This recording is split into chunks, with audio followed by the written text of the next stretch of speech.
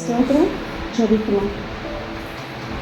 ஸ்தோத்திரம் ஆண்டவரே, இயேசுப்பா, இந்த அருமையான காலை நேரத்தில் ராஜா உங்களுடைய வார்த்தைகளான 7 வார்த்தைகள் தகப்பனை எனக்காக நீ கொடுத்து தேர்ந்தெடுத்து கொடுத்த வார்த்தைக்காக உனக்கு கொடான கொடி நன்றிகளை எடுக்கிற தகப்பனை. ஏசப்பா, இந்த நாள் தகப்பனை எத்தனையோ பேருக்கு இந்த வாய்ப்பு கிடைக்கல, ஆனாலும் நீர் எனக்கு இது கொடுத்த வாய்ப்புக்காக உனக்கு நன்றி.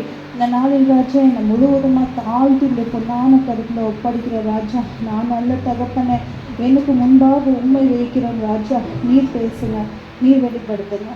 ஆமென். இயேசு கிறிஸ்து நாளில் ஆண்டவர் இயேசு கிறிஸ்து சிலுவையில் பேசின 5ஆம் வார்த்தையை குறித்து நாம் தியானிப்போம்.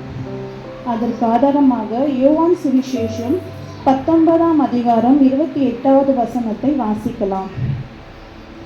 அதன் பின்பு எல்லாம் முடிந்தது என்று இயேசு கிறிஸ்து அறிந்து வேத வாக்கியம் நிறைவேறத்தக்கதாக தாகமாக இருக்கிறேன் என்றார். இந்த நேரத்தில் ஆண்டவர் சொன்ன வார்த்தை தாகமாக இருக்கிறேன் என்ற வார்த்தை சரீரத்து குறித்தான தாகத்தை வெளிப்படுத்துது. இயேசு கிறிஸ்து இந்த உலகத்தில் 100% மனுஷனாக தான் பிறந்தாரு, மனுஷனாகவே வாழ்ந்தாரு. அதே மாதிரி 100% வல்லமை உள்ள தெய்வமாகவும் இருந்தார். அவருக்கு கோபமும் இருந்தது, அன்பு செலுத்தினாரு, இரக்கம் பாராட்டினாரு, மனிதனை உயிரோடு கூட எழுப்பினாரு, எவ்வளவோ அற்புதங்கள் அதிசயங்கள் எல்லாம் செஞ்சாரு. இப்படி சொல்ல போனா அவரை பற்றி எவ்வளவோ சொல்லலாம். ஆனா அவர் ஒரு வார்த்தை சொல்றாரு, அறிந்து. அப்ப எதை அறிந்து ஆண்டவர் தாகமா இருக்கிறேன் என்று சொல்றாரு. மத்தேயு எழுதின சுவிசேஷம் நாம் பார்க்கறதுனா அவர் நமக்காக ஜீவனை கொடுத்தார் என்று வாசிக்கிறோம். அதே மாதிரி யோவான் 13:1 தம்முடைய வேலை வந்ததென்று அறிந்து இந்த உலகத்தை விட்டு போகிறேன் என்று அறிந்து தாகமா இருக்கிறேன் என்றார். இங்க பிலாத்தினுடைய கட்டளையின்படி போர் சேவகர்கள் ஏசப்பாவை என்ன பண்றாங்க, வாரினால பெரும்புனால ஏசப்பாவை அடிக்கிறாங்க. அந்த பெரும்புனால அடிச்சாலும் ஆண்டவர் எந்திரிச்சு நின்னாரு. அந்த எந்திரிச்சு நின்னப்போ ஐயோ இவ்வளோ அடிச்சு ஒரு எந்திரிச்சு நிற்கிறாரே அன்ட்டு என்ன பண்ணுறாங்க, அந்த வாருனால அந்த அடிக்க சொல்கிறாங்க. அந்த வாருன்றது அந்த கொக்கிங்க அந்த சதையை போட்டு எந்த அளவுக்கு கிழிஞ்சிச்சின்னா அவர் உடம்புல 150 அடி ஆழமான காயங்கள் இருக்குது என்று வேத வாக்கிய நம்ம பார்க்குறோம். அந்த சும்மா நம்ம ஒரு அடியை நம்ம தாங்க முடியாது. ஆனால் ஆண்டவர் அந்த வாரினால போட்டு கிழிக்கிற வேதனையெல்லாம் யாருக்காக, நமக்காக, நம்மளுடைய பாவ மன்னிப்புக்காக ஆண்டவர் தாங்கினார்.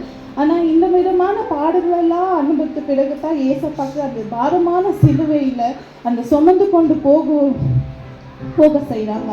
அந்த பாரமான சிலுவையை சுமந்து ஏசப்பா தோளின் மேல் அந்த வெயிலில் அந்த 150 கிலோ பாரமான சிலுவை அங்கே செய்கிற அந்த கல்லர்கள், அந்த திருடர்களுக்கு, அவங்களுக்கு இவங்களுக்கு எல்லாமே அந்த சிலுவையில் ஒரு பகுதி தான் சுமந்து கொண்டு போகணுன்ற இது இருந்துச்சு. ஆனால் ஏசப்பாக்கு அந்த இடத்துல சிலுவையே சுமக்க வைத்தாங்க. நம்ம ஒன்றுமே இல்லை.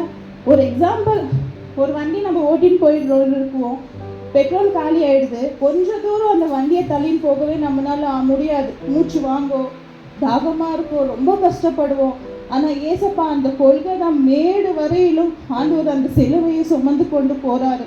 ஆனால் அந்த சிலுவையில் சுமந்து கொண்டு போய் அந்த சிலுவையிலேயே ஆண்டவரை படுக்க வைத்து அவருடைய கைகளில் கால்களில் ஆணியை அடிக்கிறாங்க. அந்த ஆணியை அடிக்கிறப்போ அந்த முந்தின நாள் இரவு முதல் அடுத்த நாள் 3 மணி நேரம் வரைக்கும் ஆண்டவரை விதமாக பாடுகளெல்லாம் அனுபவித்தாலும் ஆனால் ஏசப்பா அவருக்குடைய அவர் சரீரத்தில் எந்த விதமான நோய்களையும் எதை பற்றியும் யோசிக்காம நமக்காக, நம்மளுடைய பாவங்களுக்காக, பிதா அவருக்காக நியமிச்ச காரியத்தை குறித்து மட்டுமே அவர் மனசுல வச்சு எல்லாமே செஞ்சார்.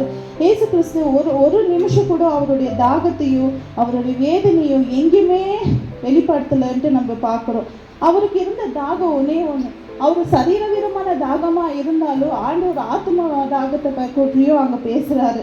முதலாவது ஆண்டவர் சிலுவையில் பேசின 7 வார்த்தையில் 3 வார்த்தை பிறரை குறித்த வார்த்தையாக இருக்குது. அதுக்கப்புறம் தான் ஆண்டவர் அவரை குறித்து பேசுகிறாரு 3 வார்த்தைங்க. முதலாவது ஆண்டவர் தன் விரோதிகளை மன்னிக்கும்படி பிதாவினிடம் பேசினார். அந்த நேரத்தில் கூட அவ்வளோ பாடுங்க, அவ்வளோ வேதனை, அவ்வளோ கஷ்டம், ஒரு அடியை நம்மளால தாங்க முடியாது. ஆனால் அவரை பார்க்குறப்ப நம்ம கண்ணை கழுவிட அந்த அளவுக்கு வேதனை, பாடுங்க, அடிங்க, நம்ம சொல்லவே முடியாது. அந்த அளவுக்கு கஷ்டப்பட்டு கொண்டு இந்த நேரத்துல கூட ஏசப்பா அவருடைய பிதாவின் விரோதிகளை தான் மன்னிக்கும்படி பிதாவிடம் பேசுறாங்க. ஆனா நம்ம யாரையும் மன்னிக்க தயாராகவே இல்லை. அது நம்ம மனுஷ சுபாவம் இயல்பு. ஆனா நம்ம முதலாவது ஆண்டவருடைய தன்மையை நமக்குள்ள நம்ம வாங்கிக்கணும், பிறரை மன்னிக்கணும். அதே மாதிரி ஆண்டவர் பேசின இரண்டாவது வார்த்தை, அவரு பக்கத்துல இருந்த 2 குற்றவாளிகளுக்கு அவர் பரதை இன்று அவர் மன்னிப்பு, அவங்க அந்த நேரத்துல ஆண்டவரை ஏற்றுக்கொண்டதுக்காக அவர் குற்றங்கள வேண்டுகோளை அவர் ஆண்டவரை அங்கீகரித்து இன்று முதல் நீ பரதேசியில் இருப்பாய் என்று சொல்றாங்க. அந்த நேரத்துல கூட ஒரு அற்புதம். ஆண்டவர் அந்த திருடர்களை கூட அந்த நேரத்துல ஏசப்பா என்ன பண்றாரு, இன்று முதல் நீ என்னோடு கூட பரதேசியில் இருப்பாய் என்றாங்க. அப்போ கூட இயேசு பிறரை பற்றி தான் யோசிக்கிறார், அவரை பற்றி யோசிக்கலைங்க. அந்த நேரத்தில் கூட ஒரு அற்புதம். ஏன்னா அவங்க எவ்வளவோ பாவம் செஞ்சாங்க, இல்லைன்னு இல்லை.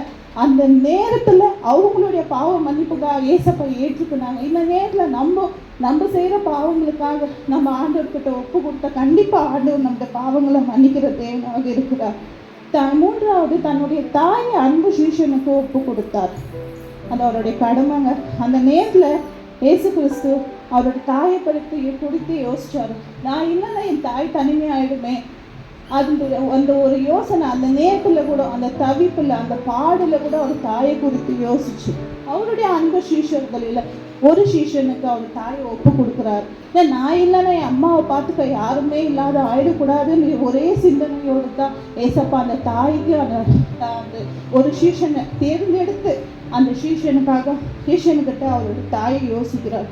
இப்போ கூட ஏசப்பா அவரை பற்றி யோசிக்கல, பிறரை பற்றி தான் யோசிச்சாரு.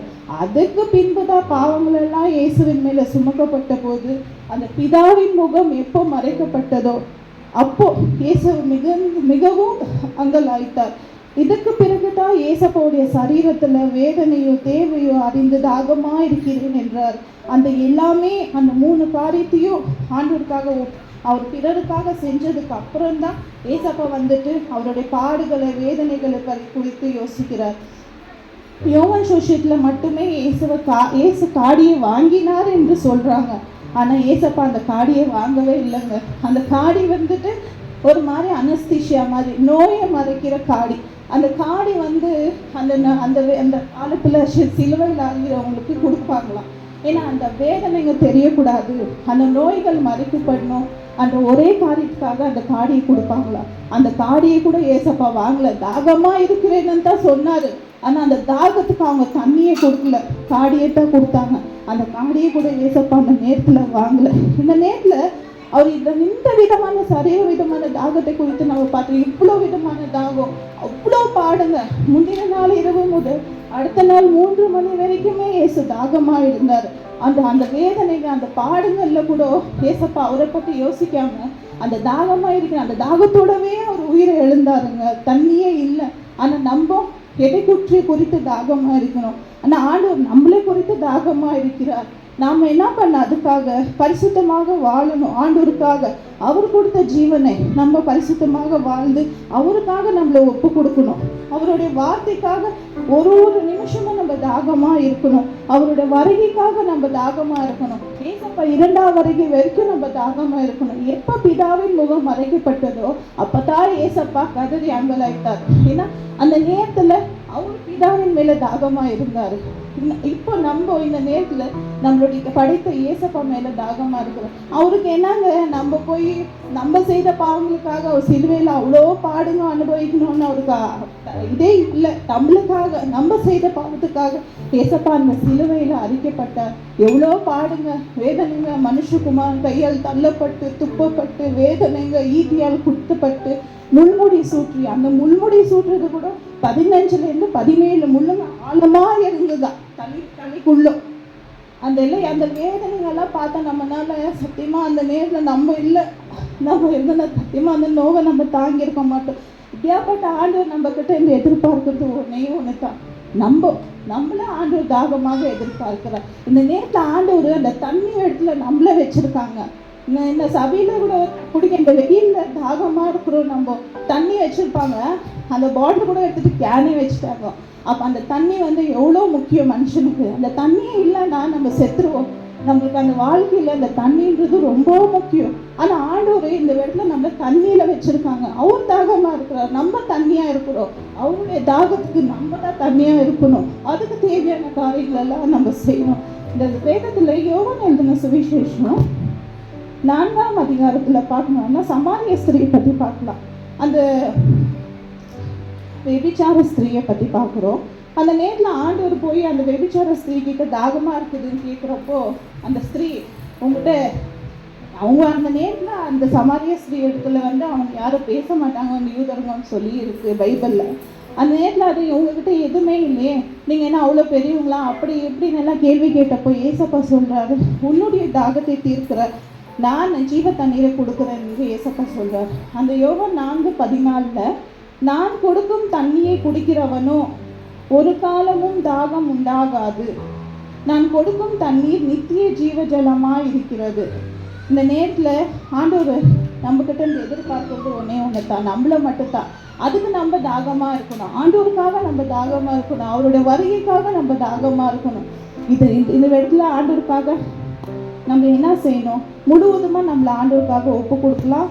இந்த வார்த்தைக்காக நன்றி. இந்த வார்த்தை கொடுத்த ஆண்டவருக்காக நான் முதலாவது நன்றி செலுத்துகிறேன். இந்த வார்த்தையை கொடுத்த பாஸ்டருக்கு நான் நன்றி செலுத்துகிறேன். சபையோருக்கு எல்லாருக்குமே நன்றி. இந்த வார்த்தையை பேச உதவி செய்த ஆண்டவருக்காகவும் கொடான கொடி நன்றிகளை ஏறெடுக்கிறேன். ஆமென்.